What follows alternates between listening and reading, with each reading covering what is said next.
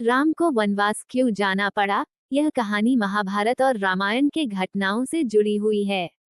यहाँ मैं आपको राम के वनवास की वजह और पूरी घटना का संक्षिप्त वर्णन करूंगा। राम का वनवास। रामायण के अनुसार राजा दशरथ के 4 पुत्र थे, राम, लक्ष्मण, भरत और शत्रुघ्न।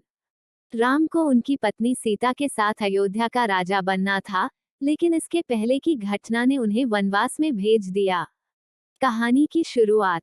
राजा दशरथ अपने वृद्धावस्था के कारण राज्य छोड़ने की सोचते हैं और राम को अपना उत्तराधिकारी घोषित करने का मन बनाते हैं।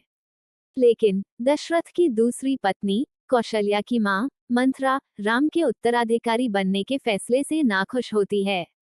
वो अपनी बेटी कैकेयी को उकसाती है और उसे यह कहकर विश्वास दिलाती है कि राम के राजा बनने से कैकेयी का अधिकार खत्म हो जाएगा।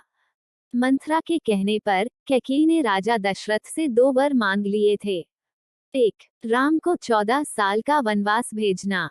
2. अपने बेटे भरत को राजा बनाना। राजा दशरथ को इन दोनों वरों को मानने के अलावा कोई चारा नहीं था, क्योंकि उन्होंने कैकेयी से पहले ही 2 वर मांगे थे। राम ने अपनी मां और पिता की बातों को समझा और बिना किसी विरोध के वनवास जाने का निर्णय लिया। राम का वनवास। राम ने अपने पिता का आदर किया और 14 साल के वनवास के लिए अयोध्या छोड़ दी।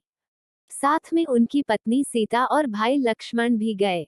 वनवास के दौरान राम और उनके परिवार ने कई संघर्षों का सामना किया, जिनमें रावण द्वारा सीता का अपहरण, सीता की वापसी और रावण से युद्ध शामिल थे।